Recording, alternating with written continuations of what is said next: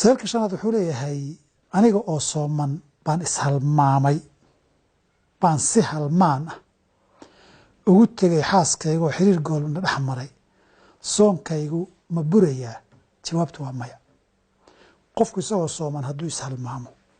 وحيابها صوم كتشبيان السماي وحبو عني وحبو عبي الشهوة وقلتي ويسكمن تجيي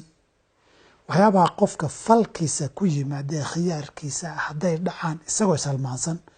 soonka ma jabo cuntada iyo cabitaankana naska ku yimid mana kala naasiyan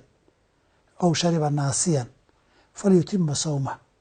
fa inma at'amahu Allah wa saqahu nabi sallam qofkii isagoo halmaansan cunay caba soonkiisa wato ilaahay baa cunay cabitaankiisa si